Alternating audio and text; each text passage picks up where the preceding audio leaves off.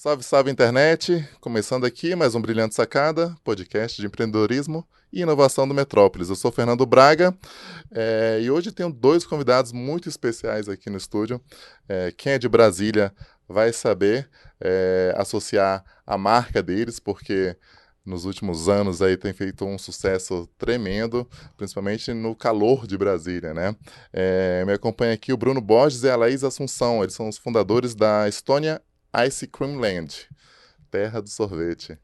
E eles vão contar pra gente aqui um pouquinho sobre como foi a criação dessa marca, que em pouco tempo já dominou a cidade, quais os desafios de se empreender nesse setor alimentício, que não é fácil, né? Que trabalha com margens muito justas aí, e principalmente de inovar. O setor de sorveteria é um setor tão tradicional, e como inovar num setor como esse, né? Bruno, Laísa, obrigado pela presença de vocês. Para começar, queria que vocês explicassem um pouquinho quem são vocês. Bruno, Laísa, vocês são casados? Sócios casados? Então, primeiro, obrigado pelo convite. É um prazer sempre falar da nossa história, de onde a gente veio e poder inspirar outros empreendedores. A gente tem muito essa missão na nossa vida de poder inspirar outras pessoas a empreender também. Porque a gente acha que o Brasil vai sair da situação que está através do empreendedorismo, através da geração de empregos. Então, a gente gosta muito de contar a nossa história e de onde a gente veio. E muita gente acha que a Estônia é de fora de Brasília, tinha essa mística, agora que a gente está começando a contar mais a nossa história, mas isso foi por querer mesmo, da gente trazer. A gente deu essa impressão no começo que era de fora e tudo, e hoje a gente tem contado a nossa história para todo mundo para inspirar. Então, assim, meu nome é Bruno, eu sou mineiro, eu vim para Brasília com aproximadamente 10 anos de idade. E a minha família toda é de empreendedores. E eu, desde Minas, eu vendi picolé, vendi. Não que a minha família tinha necessidade, a gente não era rico, mas também não era pobre, mas eu sempre quis ter o meu dinheiro, fazer minhas coisas. Chegando em Brasília, eu vim para cá mais ou menos com 9 para 10 anos. Eu coloquei uma placa de vender din-din na rua. Então, assim, eu já estou no ramo do gelato há muito tempo, né? Brincadeiras à parte, assim, mas eu sempre quis empreender, sempre quis trabalhar com isso. Meus pais são empreendedores a vida inteira, a minha família inteira é de empreendedores. E aí eu acabei formei no UNB e Formado em quê? Eu sou formado em engenharia mecatrônica, Uhum. né? E através dos amigos, aquela influência dos amigos, eu comecei a trabalhar nessa iniciativa privada, eu formei, trabalhei na LG 1 ano e meio aproximadamente. Então, só que influenciado pelos amigos, por Brasília e tudo, a gente acabou indo para o serviço público. E quando eu decidi estudar para concurso público, eu passei muito rápido. Eu estudei só 2 meses e já passei. Foi meio que uma exceção, assim. E eu acabei entrando no serviço público, você vai ganhando aquele dinheiro, começa a se acomodar. Mas aquela chama do empreendedorismo sempre esteve dentro de mim. Eu sempre senti aquilo, vendo meu pai crescendo, trabalhando, errando, quebrando, voltando. E eu sempre quis empreender. E aquilo sempre esteve dentro de mim. E foi só encontrar a pessoa certa. Na época, eu comecei a namorar a Laís e a gente também compartilhava os mesmos sonhos. E aí eu vou deixar ela contar um pouco da história dela aí também, que coincide com a minha. Muito obrigada pelo convite, é um prazer e uma alegria compartilhar com vocês. A minha história com o empreendedorismo, ela começou aos 12 anos de idade, quando o meu pai, ele foi mandado embora de uma empresa depois de 20 anos de uma certa estabilidade, estava na empresa há 20 anos, e eu e minha irmã, nós ainda éramos adolescentes, crianças, e foi assim, como recomeçar? Na época, minha mãe era empregada dos Correios e meu pai trabalhava nessa empresa, tinha um excelente salário para a época. E a minha mãe não tinha condições de tocar a nossa vida sozinha naquela época. E aí o meu pai resolveu abrir uma empresa de motos no ramo automobilístico. Mas antes disso a gente pensou em várias situações. Vamos vender cachorro quente, vamos vender alguma coisa, porque eu acho que agora meu pai, com 40 anos, há 20 anos atrás, não é os 40 anos de hoje, né? É bem diferente. Então, aí ele abriu essa empresa. E essa empresa, ela foi muito transformadora para nossa família. A gente deu um salto de vida muito grande depois que meu pai abriu essa empresa. E eu estava lá sempre com ele, Eu tinha 12 anos e eu trabalhava com ele aos sábados. Eu estudava na semana inteira e aos sábados eu estava no balcão junto com ele. E era um negócio extremamente masculino, né? Só tinha homens. Moto. E aí só tinha eu de mulher. E eu era a maior vendedora de capacete aos 12 anos de idade. E ali eu descobri que eu tinha um tino para vendas e fui com ele 12, 13, 14, 15, muito tempo com ele. Quando eu fiz 18 anos, eu entrei na faculdade, eu sou bióloga de formação, e eu pensei, eu queria fazer algo diferente, queria construir o meu negócio agora. E eu comecei a vender roupas. Eu fui para São Paulo, eu pegava uma malinha, passava a noite inteira naqueles ônibus que saem do centro de Taguatinga, viajava a noite inteira, chegava no outro dia e ia fazer as compras lá. Não sabia muito bem como era, nem qual era o caminho, não tinha essa facilidade que tem na internet hoje. E daí eu ia seguindo o fluxo das pessoas que estavam indo, né? Meu pai autorizou, só que eu também não tinha dinheiro para abrir esse negócio. Como é que eu consegui essa primeira grana para investir nessas roupas? A minha família é do interior do Nordeste e o presente desse pessoal lá do Nordeste é gato, galo, galinha, boi, vaca, né? E aí eu tinha umas vacas que ela tinha me dado quando eu era criança. E aí eu falei para ela, tia, vende as minhas vacas que eu tô precisando do dinheiro. Ela vendeu e aí a gente apurou R$3.000. Assim, essas vacas eu tinha 5 anos, quando eu tinha 18 só valia R$3.000. E daí eu peguei esse dinheiro e fui e voltei. Quando eu voltei, na primeira venda eu saí com 3 e consegui apurar 6.000. Aquilo já me encheu os olhos. Falei, olha, tem negócio nesse negócio aqui. Muito melhor que vaca. Muito melhor que vaca. E daí passou um tempo, eu fui de novo, de 6 foi para 9, de 9 para 12, e o negócio foi multiplicando, só que na época não tinha essa facilidade que tem também hoje de cartão, de crédito, né? Uhum. E eu vendia muito fiado, muito na promissória. E aí quebrei. Foi a minha primeira quebra, as pessoas passaram a não me pagar mais. Qual a idade? Quantos anos? 18 anos, 18 para 20. Uhum. As pessoas passaram a não me pagar mais. E eu tive que fechar um negócio. E ali eu aprendi muito sobre planejamento, né? Uma empresa não é só de compra e venda. Uhum. Qual o planejamento que tinha que ser, mesmo sendo um negócio informal e muito simples, tinha que existir um planejamento. Eu não sabia muito bem qual era o meu custo, e daí eu ia comprando e fazendo essa multiplicação do dinheiro. Quando as vacas estavam gordas, ok, o dinheiro se multiplicou, mas quando o fundo de caixa já estava zerado, acabou vindo a quebra aí, essa primeira quebra, mas foi uma experiência incrível. Mas você também migrou para o serviço público depois disso ou não? Então, aí depois eu me formei, entrei para o serviço público e também depois, paralelo a isso, fui gestora de multinacional. O serviço público meio que na maré também do pessoal, da galera. Uhum. E quando eu entrei na multinacional, eu fui ser gestora de multinacional, eu achava aquele trabalho muito incrível, porque ali eu tinha a oportunidade de liderar pessoas, de conviver com pessoas, e acho que ali eu comecei a descobrir meio que o meu propósito, porque eu era professora da Secretaria de Educação, então eu tinha que seguir o fluxo, né? Eu não tinha muita oportunidade de criar e de estar inovando muito nesse trabalho. E quando eu fui fazer essa gestão, eu entrei como supervisora e em 6 meses eu virei gestora, e eu era responsável por toda a região Centro-Oeste. E aí eu tinha apenas 24 anos, era uma menina, e foi assim um grande aprendizado. Ali eu achei que eu estava no auge da minha carreira e que eu era uma super estrela.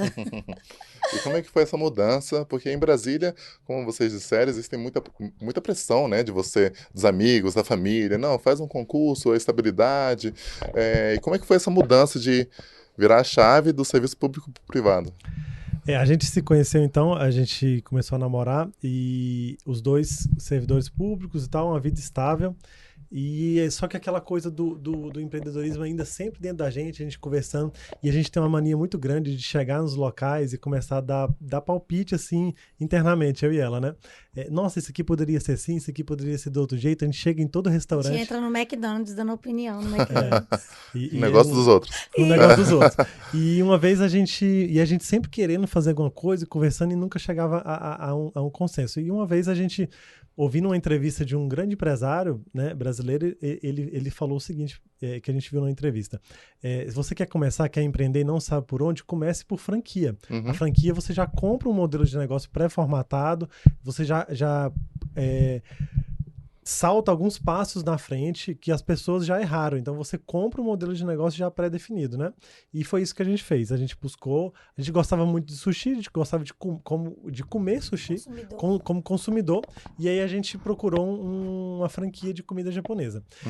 Só que o que não falaram pra gente é que o peixe chega cru no restaurante. A gente teria que abrir o peixe chega com a cabeça e tudo. Assim, claro que a gente sabia, mas a gente não imaginava isso tudo que estava por trás. Então, o restaurante japonês foi um grande aprendizado pra gente, né? E um grande erro desse momento de comprar uma franquia foi o jeito que foi escolhido. Nós visitamos uma franqueadora, ficamos emocionados, cabia no nosso bolso e a gente comprou essa franquia. Então, nós não estudamos o negócio, não estudamos o mercado, não estudamos como que seria o crescimento desse mercado nos próximos anos. Então, ali, o princípio já foi um grande erro. Vocês tinham um modelo de negócio na mente, que era franquia, Sim. mas o negócio em si, vocês acabaram sendo emocionados na primeira visita que fizeram. A gente comprou primeiro por um hobby pessoal, a gente amava ir a restaurante japonês na época, e até hoje. E segundo, pelo valor que a franquia se dizia, o valor do investimento. Rentabilidade. Não pela rentabilidade, que a gente não olhou isso. E isso também foi um grande erro.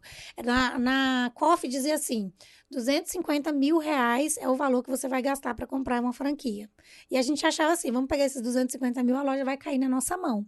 Eu acho que ainda existe muito essa mística hoje. Muitas pessoas procuram a Estônia para comprar hoje e tem um valor X lá para médio de abertura de loja, e as pessoas falam, não, se eu colocar esse dinheiro na sua mão, você me entrega a loja pronta?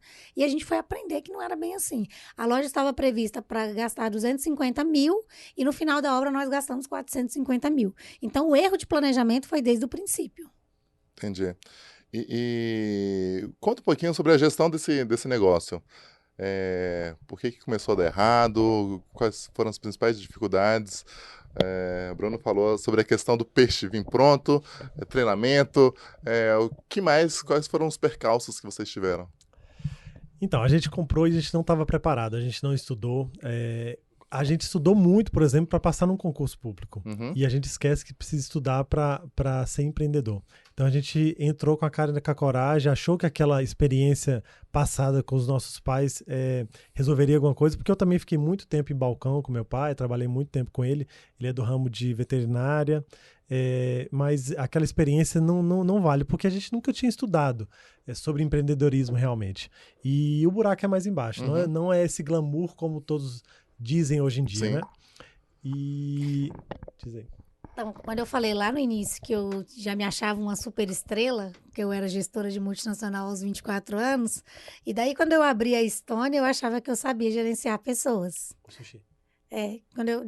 Quando eu abri o sushi, eu achava que eu sabia gerenciar pessoas. E aí foi um grande fracasso, porque ali eu tentava impor às pessoas com um linguajar muito simples, com uma cultura de vida muito simples. Eram atendentes de restaurante, eu vinha de uma outra cultura, de um outro tipo de gestão, e eu precisava me adaptar àquele novo modelo. Então foi um fracasso muito grande, uma tragédia muito grande, porque eu batia muito de frente, eu era mão de ferro, eu era a dona da razão, e isso foi assim um grande pulo para o fracasso. Eu largar tudo que eu tinha, um salário excelente, e ir para dentro de um restaurante, lidar com pessoas do ensino básico até, foi um grande choque até mesmo para mim. E reaprender a trabalhar, reaprender a me comunicar, foi quando chegou assim, um momento de autorresponsabilidade na minha vida, que eu fui estudar de verdade, igual o Bruno falou. A gente estuda para passar na faculdade, a gente estuda para passar num concurso, e a gente acha que empreender é abrir a porta de uma loja. Que vai acontecer magicamente. E colocar produtos para vender, e longe disso, isso não dá certo de jeito nenhum. Daí nós começamos a estudar, começamos a fazer cursos, começamos a entender um pouco mais sobre gestão, ler muitos livros, participar, ouvir muitos podcasts. Isso é uma coisa que já está na nossa cultura há muito tempo. E esse aprendizado foi transformando o nosso modelo de gestão. Eu acredito muito que gestão, liderança não é cargo e também não é dom. É um processo que acontece, é um processo de desenvolvimento pessoal e que você vai conseguir na prática e colocando aquilo que você está estudando. Se você for só pela sua intuição, eu acredito em intuição, mas eu não acredito que só a intuição te leve para o outro lado. E foram duas coisas assim bem marcantes pra gente. Ela falou dessa gestão de pessoas, dessa comunicação com pessoas, do trato com pessoas, mas principalmente também, no mesmo patamar até, essa questão da autorresponsabilidade. A gente culpava tudo pelos nossos fracassos. Era o ponto que era ruim, o governo que não prestava, a franqueadora era ruim, os fornecedores, os funcionários, tudo era ruim menos a gente. Uhum. Então, quando a gente começou a entender que o problema era na gente, o problema era nosso, quando essa chave mudou, quando a gente começou a se colocar a culpa daquele fracasso, quando essa chave mudou, tudo mudou pra gente. E hoje a gente fala com muitos empresários, a gente vê muitas empresas e a gente percebe na hora que é o dono, que é a pessoa, que é o empresário, é o líder. Você mudando o líder, você muda a empresa. E ter estado do outro lado foi muito importante pra gente, porque assim, hoje eu entendo que quando se fala de Pedro, sabe, Pedro está falando de Tiago, então eu sei muito mais de Pedro do que de Tiago, porque é uma cultura da pessoa estar sempre falando do outro, né? E esse processo de se entender, de se autoconhecer, de melhorar, foi o grande pulo da virada. Nós começamos a ouvir mais as pessoas, a entender o sentimento das pessoas. E ali eu comecei a descobrir um pouco do meu propósito. O meu propósito é pessoas. Eu amo pessoas e eu não estava sabendo me colocar diante daquelas pessoas. E foi aí que a gente começou o processo de melhorar o restaurante japonês. Só que quando isso veio a acontecer, quando essa virada de chave veio a acontecer, a franqueadora também do restaurante japonês, na qual a gente éramos franqueados, estava em falência, estava em fechamento de lojas e não havia muito mais o que se fazer. Mas a gente ainda assim tentando melhorar esse restaurante, visitávamos muitos lugares e sempre tentando trazer coisas de outros lugares para o restaurante japonês. Engraçado que a gente ia lá, olhava, copiava e trazia para o nosso restaurante. E aí não dava certo. Então o que a gente pensava, mas por que dá certo nos outros lugares e não dá certo aqui no nosso restaurante? É porque não é produto, né? Não é copiar. Produto e cópias não te levam a lugar nenhum. Faltava essência, né? Faltava propósito. Faltava essência, faltava tanto propósito que até hoje eu não sei qual era o propósito daquela empresa que eu trabalhava. Eu comprei um negócio, eu não comprei a transformação de vida, né? Então isso que fica muito marcado na nossa carreira. Vocês citaram que faltou planejamento nesse primeiro negócio de vocês. E o que vocês fizeram que vocês acreditam que foi certo, que faltou no primeiro negócio agora para o Estônia dar certo? Então, e aí a gente, numa dessas viagens que a gente fez, buscando até melhorar o nosso restaurante japonês, a gente ficou 7 dias em outra cidade, e desses 7 dias, 5 vezes a gente foi numa sorveteria, que a gente amou, apaixonado e tal. E a gente ia em outros sushis, tentando trazer alguma coisa diferente e tal. E a gente, no aeroporto, voltando para Brasília, a Laís, nossa, eu queria tomar um sorvete daquele, um gelato daquele, né? E aí a gente olhou um pro outro assim, nossa, aquilo em Brasília ia ser sucesso. E aí essa ficha caiu. Nessa hora eu até arrepio na hora de falar, porque nessa hora a gente falou, é isso, vamos fazer isso. E depois, isso foi no dia 6 de janeiro de 2016. No dia 22 eu já estava em São Paulo fazendo curso de como produzir um gelato, para ver maquinário. Eu já estava em São Paulo vendo maquinário, eu já estava buscando como salvar o nosso negócio e já começando um planejamento para a Estônia, que seria a Estônia. Na época a gente não sabia nem o nome. E foi tudo diferente. A gente fez plano de negócio, a gente contratou consultoria de nome, de brand, de história. Legal. A gente fez todo o propósito da marca. E só contar uma história assim, toda viagem que a gente faz, a gente realmente vai na sorveteria do lugar. A Laís sempre foi apaixonada por sorvete. A gente chega em Caldas Novas, em qualquer lugar que a gente chega, numa cidade diferente, qual é a sorveteria da cidade? Isso sempre foi nosso. Antes de abrir o sushi. Engraçado que durante esses 7 dias, essas 5 visitas, nenhum momento era buscando esse modelo de negócio de Referência, sorveteria. não. Nada, Ela essa sorveteria, curtiu. ela pulava na minha frente. Assim, eu tava passando e eu vi uma sorveteria dessa. E eu entrava e tomava e me deliciava, porque realmente eu sou apaixonada por sorvete. É um produto que eu acredito que me faz feliz, que eu gosto. É um momento que me traz muita felicidade tomar sorvete. E não era cópia, não foi uma viagem de modelar nada, de buscar nada, de referência nenhuma. Aconteceu e eu acho que isso também deixa uma marca muito grande na nossa história, porque era para ser assim. E quanto tempo durou o planejamento para a Estônia? Do momento que vocês tiveram o insight até lançar a primeira unidade? Começou em janeiro, o nosso processo, né, de estudar, e a marca abriu em 22 de outubro de 2016. Está fazendo 3 anos agora, na terça-feira, e 3 anos e a 13ª abertura. Legal. Deixa eu só contextualizar então aqui. São 3 unidades, vai ser a 13ª agora. Quantas toneladas de sorvete vendido por mês? São 18 toneladas. 18 toneladas de gelato vendido por mês. Até explicar um pouquinho a diferença aí do sorvete para o gelato. A gente vende gelato porque o gelato ele não tem gordura hidrogenada como os sorvetes. O gelato ele só tem gordura animal do leite e do creme de leite. Então é uma gordura muito mais saudável. Entendeu? Então, assim, o gelato ele é mais artesanal, ele é mais saudável, ele não tem gordura hidrogenada e ele é um processo mais artesanal de produção. A gente acredita muito nesse fator também por ser um produto de alta qualidade. A gente acredita que uma empresa é feita de vários setores e de várias etapas, mas produto de qualidade para mim hoje não é mais um diferencial. O produto de qualidade hoje é um pressuposto. O cliente quer um produto de qualidade, ele vai comprar somente se tiver qualidade. E trazer toda essa diferenciação também foi uma grande novidade para a cidade. Na época não tinha ninguém fazendo nada parecido.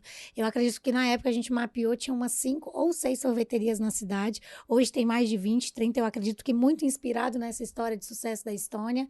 E eu acredito demais que isso só fortalece, porque eu viro um hábito de consumo, as pessoas acabam aprendendo a tomar mais gelato, a diferenciar, fazer essa diferença dos produtos de alta qualidade pelos de menor qualidade. Então, eu acho que ainda tem muito espaço. Legal. Vocês enxergaram, então, uma possibilidade aí de empreender no mercado que até então era novo para vocês, mercado de sorvete. O Bruno falou que foi para São Paulo fazer curso, fazer teste. Como é que aconteceu a parte de levantar recursos para esse investimento? Legal, então a gente ainda tinha o restaurante japonês, todo mês eu colocava dinheiro para pagar salário de funcionário, então assim, o restaurante japonês não chegou a quebrar de fechar as portas e todo mundo ir embora. Todo mês eu colocava dinheiro do serviço público, que eu ainda estava no serviço público, a Laís já tinha saído para administrar a loja, eu ainda estava no serviço público, então eu colocava dinheiro ali todo mês, todo dia 5, exatamente. Tem até uma história que o GDF pagava todo dia 5, e aí a gente pagava os funcionários dia 5. E aí teve um governo trocou o governo que ele começou a pagar no 5º dia útil, que nem sempre dava o dia 5. A gente teve que mudar o pagamento dos funcionários para o 5º dia útil também, porque esperava o meu salário cair para pagar os funcionários. Então, assim, a gente ficou mais de um ano assim. Então, na prática, ele quebrou, mas a gente não chegou a fechar as portas porque a gente é brasileiro e não desiste. Só falando um pouquinho disso, a nossa família surtava, né? Porque o salário que nós tínhamos os dois juntos era para trazer bastante conforto, ter uma vida tranquila. Éramos só 2, não tínhamos filhos nem nada na época. Então, as pessoas não acreditavam e não entendiam por que a gente insistia num processo de mudança de trabalho. Para que empreender se vocês estão numa possível estabilidade? Mas a gente não era feliz. Eu acho que essa é a maior resposta. E como levantar dinheiro? Então, assim, eu sempre falei para a Laís, essa dúvida ela sempre tinha também. E eu sempre falei, Laís, vamos empacotar essa ideia, vamos fazer um projeto de negócio, um plano de negócio, vamos desenhar tudo, vamos para São Paulo. Inclusive, a gente vendeu um carro para fazer o trabalho de brand que a gente fez. Né? A gente contratou uma empresa forte de marketing para fazer todo esse trabalho. Daqui de Brasília? Daqui de Brasília. A gente tinha 2 carros, vendeu um para pagar essa empresa, foi bem caro. E a gente tinha sempre na cabeça assim, ou a gente tem que arrumar um sócio. Ou um sócio de verdade, ou um banco. Então, assim, ou o banco vai ser nosso sócio, ou um sócio físico mesmo, né? E a gente empacotou essa ideia e a gente começou a contar essa ideia para algumas pessoas, né? E a gente acredita que tem que se contar essa ideia. Existe uma mística que você tem que guardar a sua ideia em 7 chaves e tal. A gente não acredita nisso. Você também não precisa de publicar no jornal, mas você tem que contar para algumas pessoas certas, né? Até você vai testando a ideia também, né? Exatamente, testando a ideia. E aí uma dessas pessoas que a gente conversou, ele ficou... A maioria não acreditava, a maioria não entendia, na verdade. Muita gente foi entender só depois que abriu. Até parentes muito próximos, familiares mesmo, mãe, pai. Mas a gente contou para um amigo nosso e ele acreditou nessa ideia e falou, cara, eu não tenho dinheiro, mas eu conheço um gerente do Banco do Brasil que tá liberando FCO. Então, o FCO é uma linha de crédito subsidiada pelo governo, que é através do Banco do Brasil, e a gente tinha uma conta jurídica do Sushi num banco, a gente trocou de agência e conseguiu pegar um FCO. Então, na verdade, a gente pegou um FCO no nome do Sushi ainda. Ah, tá. Então, Para abrir a história quem na Asa investiu, Sul. então, foi a loja que estava quebrando. Foi Exatamente. Então, assim, a gente fala que o sushi foi uma coisa ruim para nossa vida? Não, pelo contrário. Foi um ensinamento muito grande, foi um MBA em Harvard, que não pagaria, e teve essa porta do financiamento. Então, a gente conseguiu um financiamento através do sushi para abrir. E outra coisa, no primeiro momento a gente iria abrir no lugar do sushi, era para transformar o sushi. Mas com a consultoria a gente viu que a gente precisava abrir na Asa Sul. Foi todo um estudo, um planejamento que a gente fez e a gente percebeu que precisava começar na Asa Sul.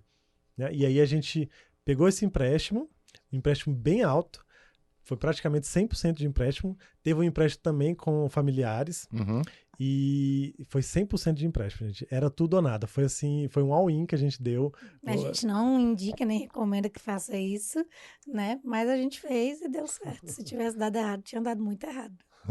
Até porque também teve muito planejamento envolvido, muito aprendizado também reunido aí ao longo dos últimos anos para vocês.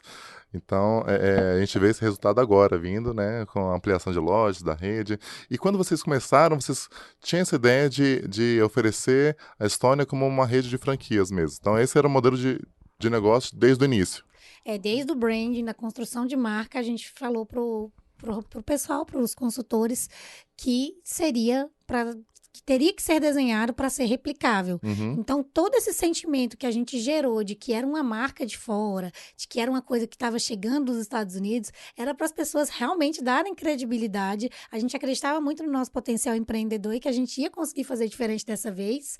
E trazer esse sentimento foi muito importante. Eu lembro que uma vez eu estava no balcão e eu fiquei muito tempo dentro da operação, vestida de uniforme, porque eu queria mostrar para os colaboradores exatamente como eu queria que fosse o atendimento, como eu queria que fosse a experiência do cliente. E eu fui recolher uma mesa uma vez e a cliente falou assim, pegou no meu braço e falou assim: moça, de onde é essa sorveteria? Ela é dos Estados Unidos, né?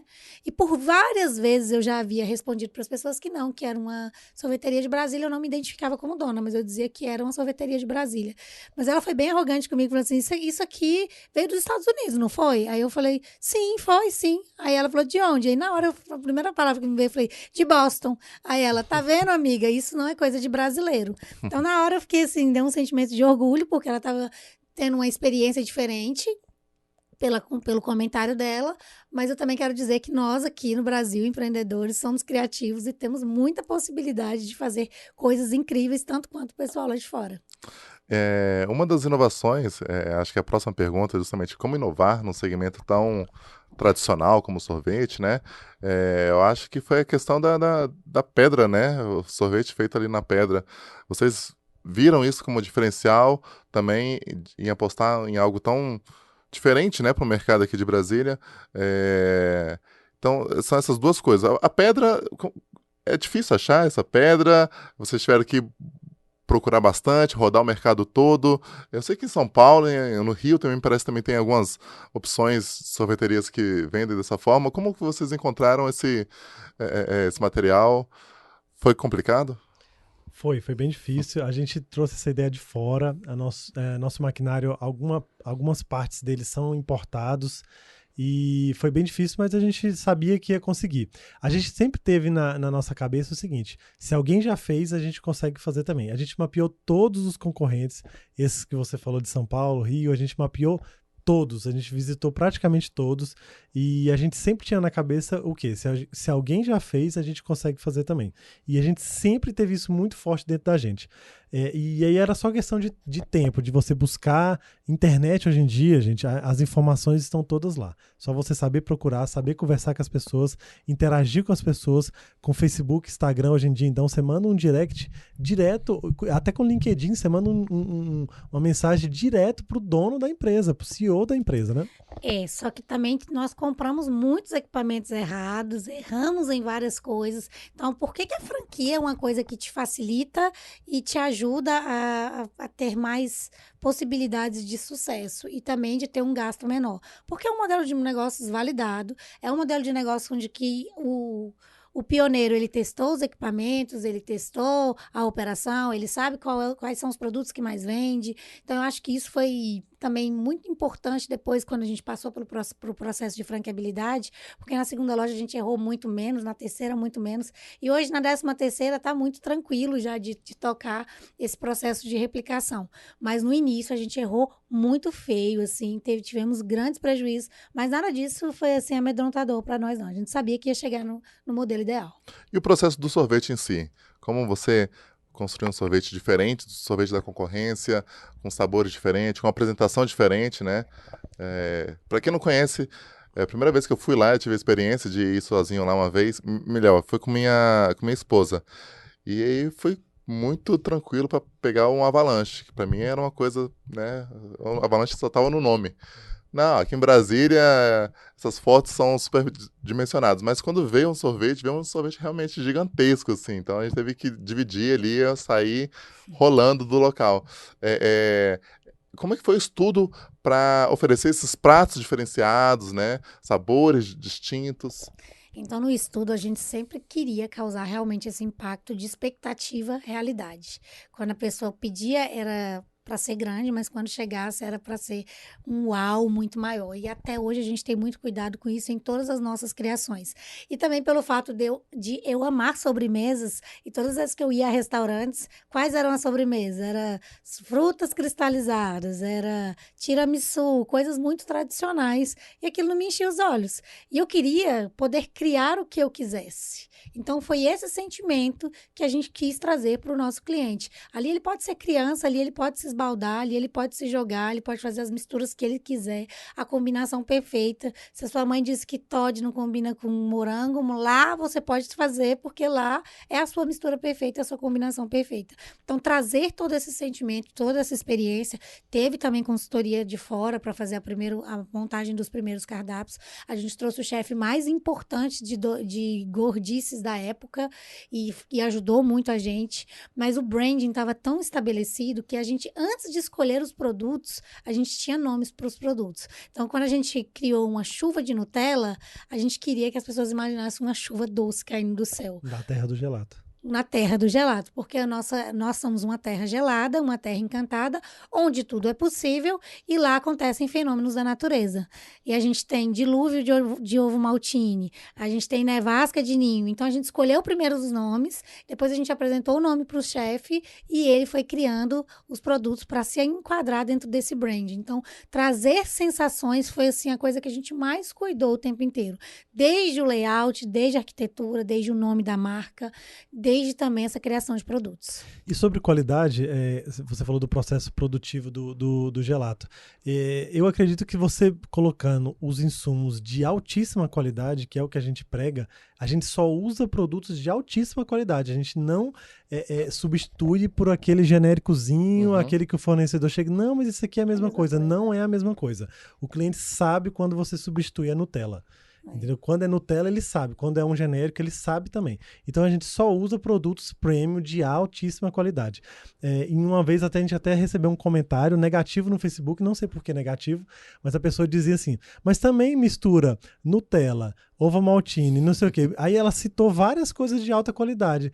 Só poderia dar uma coisa boa. Eu falei, exatamente isso. Essa é a nossa ideia, é misturar várias coisas boas e dar uma coisa diferente que você tem na cabeça. Entendi. Eu assisti o vídeo institucional de vocês na página do YouTube, e nele o Bruno fala que o negócio da Estônia não é vender gelato, é vender transformação. Explica um pouco isso pra gente, como que vocês colocam isso na cabeça do funcionário, do colaborador, para que a partir do momento que o consumidor entra na loja de vocês, tenha essa, né, saia um pouco do mundo real e vai pro mundo criado pela Estônia. Eu acredito muito que liderança é inspiração e a gente coloca as nossas equipes e os nossos colaboradores dentro desse sonho junto com a gente. E a gente vai acompanhando a vida deles no decorrer desse processo, enquanto eles estão com a gente e vendo o que eles já construíram desde que estão conosco. E as histórias são as mais variadas possíveis. Isso, para mim, é uma coisa muito gratificante, saber que a pessoa está conseguindo cursar a faculdade, de saber que a pessoa conseguiu reformar a casa dela, de saber que agora ela conseguiu colocar a criança numa creche melhor. Então, isso é transformação para nós. Eu acho que não é comprar uma casa no Lago Sul, não é esse, ele não vai conseguir ter isso trabalhando conosco, mas a transformação diária, a mudança e o amor pelas pessoas. Todos os nossos colaboradores, eles vendem felicidade. Qualquer loja que você entrar, você pode perguntar para ele o que você vende, que ele vai dizer que vende felicidade, ele vende experiência, ele vende um momento. E as sobremesas, o gelato, é só o meio de fazer isso. Mas todo mundo é muito feliz. A gente tem até uma dinâmica dentro lá da franqueadora, que é assim, a cada trimestre eles colocam um mural dos sonhos lá e escrevem o que eles gostariam de ganhar. Daí a gente vai colocando metas para eles e analisando como que está sendo o andamento do trabalho, como é que está sendo o alcance dessas metas. Daí a gente realiza os sonhos daquele que mais se destacou naquele trimestre. Nesse último encontro com eles, nesse último realização, a gente levou eles para São Paulo, a gente inaugurou 3 lojas numa mesma semana. Então a equipe estava toda louca, cada um cuidando de uma coisa, mas muito sincronizado, muito organizado, e deu tudo certo. E nós levamos eles para São Paulo, para a feira de franquias, para a feira dos gelatos. E uma coisa que eles queriam muito conhecer era o Museu do Sorvete. Então nós levamos eles nessa oportunidade. E assim, a equipe é grata, a equipe é feliz, a equipe realiza realmente sonhos. É uma transformação. E eu acho que só vem de felicidade quem é feliz. Então a gente proporciona esse momento de felicidade para eles, e a gente tem um clima organizacional muito bom, e a gente sempre está buscando histórias deles para saber o que a história está transformando a vida deles. Então a gente sempre ouve que eu consegui coisas simples, às vezes rebocar minha casa, consegui colocar a cerâmica em casa, ou coisas maiores. A gente tem 2 colaboradores agora que eram funcionários e agora saíram para ser empresários. Então, um saiu para abrir a confeitaria dele e a outra saiu para abrir um restaurante também. E a gente já teve casos de gerentes que viraram franqueados também. Então, é essa transformação mesmo, essa perspectiva das pessoas poderem fazer algo melhor e dar algo a mais e transformarem a vida delas. E aí, para o cliente, isso passa para o cliente. Essa energia e essa felicidade que os colaboradores têm, passa para o cliente. A gente acredita muito que comida, que sobremesa é energia. Então, o clima, a energia que está naquela sobremesa, ela sai da cozinha e vai para a mesa do cliente. E o cliente sente aquilo. Vocês falaram muito sobre brand, a importância do brand na empresa, na marca, né? E também algumas ações de marketing. A gente sabe que quem é de Brasília, vira e mexe, se depara com alguma ação de marketing promovida pela Estônia, seja no dia do sorvete. Acho que tem uma vez, se não me engano, também teve uma ação que vocês fizeram no congestionamento também, entregando sorvete para os motoristas que estão ali presos. Foi na época da greve dos caminhoneiros. Exato. Então é o marketing de guerrilha, mas também tem muito planejamento por trás. Fala um pouquinho como que vocês pensam em ações para promover a marca, para atrair clientes e manter o cliente de vocês. Hoje a gente tem internet, que é um facilitador, né? As redes sociais para promover os produtos. Como é que vocês aproximam esse relacionamento aí com o cliente? A gente ouve muito o cliente, faz pesquisa de satisfação, chama eles para dentro da empresa e conversa muito com eles. Mas eu acho que a gente tem uma equipe de marketing hoje interna, e a gente tem muito orgulho dessa equipe, e a gente senta muito com eles, ouve muito e faz um trabalho muito coletivo de pensamento, de brainstorm e de novidades. A gente ouve muito o franqueado também, o franqueado traz ideias pra gente e a gente ouve o cliente. Então, assim, é aquela coisa de ouvir todo mundo. A gente não acredita naquela administração top-down, de cima para baixo. A gente acha que tem que sentar, conversar. Toda sexta-feira à tarde a equipe de marketing senta para às vezes até fora da empresa, para pensar no marketing, pensar em ações, e a gente está sempre reunindo e fazendo várias cabeças pensar é melhor do que uma. E ter a humildade de saber que você não faz nada sozinho faz a grande diferença. Lá atrás, quando eu entrei no sushi, que eu já me achava uma grande gestora, foi o grande erro. E hoje eu acho que eu ainda tenho tanto para aprender. Hoje eu tenho tantas pessoas que podem me ensinar todos os dias. Eu estudo tanto e eu acho que eu ainda estou tão longe do topo. Eu acho que o topo não existe, é uma questão de referencial sempre. Então isso faz muita diferença. Todo mundo tem voz dentro da marca. Se você falar comigo no direct, você vai ser ouvido. Se você for na minha loja tentar falar comigo, e se eu estiver lá, eu vou descer para falar com você. Ou algum canal as pessoas vão deixar de contato para você dar a sua contribuição. Bruno, Laís, vocês são casados, são um casal e são sócios. Geralmente quem tem sociedade, às vezes briga com sócio, cada um é para sua casa. Vocês não, vocês têm que ir para a mesma casa, dormir junto. Como que vocês lidam com os conflitos que aparecem no trabalho, tentando separar ali sempre com a família também? Como é que é feita essa divisão e buscando uma solução? Que conflitos? Não tem conflito. Tem divergência de opiniões, mas a gente faz uma separação muito legal de tarefas e de setores. Então, o Bruno ele é responsável por alguns setores e algumas decisões que ele tomar naquele setor, mesmo que eu não concorde, eu não me meto, talvez eu converse com ele no particular depois, mas nunca de maneira nenhuma tirar a autoridade dele e a autonomia dele. A mesma coisa nos setores que eu sou responsável, quando eu tomo uma decisão, tá tomada, tá decidido, e o Bruno, às vezes, mesmo que não concorde, a gente depois chega num alinhamento, mas nunca transparecer isso para a equipe. Eu acho que isso dá um profissionalismo muito grande. E a gente não consegue separar trabalho de casa. A gente chega em casa falando de história, falando de trabalho, falando de marca, falando de coisas que a gente ainda quer fazer. Então, a gente se diverte muito nesse universo. A gente gosta realmente, a gente é privilegiado, eu não sei se todas as pessoas têm esse privilégio, mas a gente tem o privilégio de trabalhar juntos enquanto sócios e marido e mulher. E pra gente não é um grande desafio, não. A gente aprendeu a lidar muito bem com isso.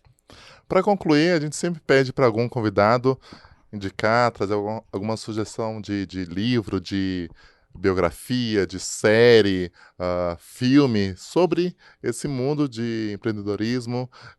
Vocês estão consumindo alguma coisa? Vocês estão lendo alguma coisa que queiram deixar aqui como dica para os ouvintes? A gente tem uma biblioteca na Estônia e a gente a gente tem uma metodologia que não é nossa, é do professor Falcone, né, bem famoso aí, que eu chamo o método da cumbuca. Eu queria até indicar para os ouvintes isso. Como é que funciona? A gente separa as 5, 6 pessoas e compra um livro para cada pessoa, divide esse livro em 3 ou 4 partes, e que são as semanas, né? Então, por exemplo, pega um livro, divide em 4 partes, 4 semanas. E a gente coloca numa cumbuca o nome de todo mundo. Todo mundo tem que ler essa parte do livro. A gente sorteia no dia da reunião, sorteia o nome da pessoa. Se a pessoa leu aquela parte, ela faz uma mini palestra e a gente debate sobre aquela parte do livro. Se ela não leu, a reunião é cancelada na hora. Não sorteia outra pessoa. Então ela fica constrangida Pressão, de né? não ler. Tem uma pressão psicológica aí para ler. Então, assim, é uma metodologia que funciona bem pra gente e a gente incentiva muito eles a lerem também. A gente tem uma biblioteca, uma mini biblioteca na Estônia. E se eu puder indicar algum livro, eu gosto muito do livro do Mito do Empreendedor, que é um livro... Ele é muito focado em processos, ele conta a história de uma pessoa que era até uma confeiteira, que ela fazia tortas e tal, e aí ela começa a crescer e tem as dores do crescimento, e no final do livro a sacada você tem que administrar mesmo a sua pequena empresa, a sua empresa pequena, como uma franquia. Então você tem que ser um gestor olhando para a sua empresa. E esse livro foi uma virada de chave muito grande na minha cabeça. Eu tenho um projeto que se chama 15 páginas por dia, uma hashtag, que eu acredito que se você ler 15 páginas por dia, a cada 10 dias você vai ter lido 150 páginas, então em um mês aí você consegue ler um livro de 300 páginas tranquilamente. Se você ler um por mês, vai dar 12 por ano. Então a gente faz esse trabalho muito junto com eles, eu dissemino muito isso nas minhas redes sociais. E um livro que eu acho que é uma bíblia, que foi muito importante para mim, foi como é que é o nome do Jim Collins? Empresas Feitas para Vencer. É um livro que para mim foi muito revelador, fala sobre liderança, fala sobre pessoas, fala sobre cultura organizacional e ele me ensina muitas coisas. Eu leio e releio esse livro para estar sempre aplicando. Muito legal, quero agradecer a presença de vocês aqui nesse podcast, nesse episódio saboroso. A gente está gravando aqui antes do almoço, já está dando, né, vontade de comer um sorvete. Muito obrigado. Para quem ouviu esse episódio e quer ouvir outros episódios, basta acessar metropolis.com. Todos os podcasts também estão disponíveis nas plataformas, nos agregadores de podcast, como Spotify, Deezer, iTunes e Google Podcasts. E os episódios vão ao ar toda quinta-feira, sempre aqui no Metrópolis. Até a próxima, pessoal. Obrigado. A gente que agradece, foi um prazer participar. Valeu, pessoal. Obrigadão.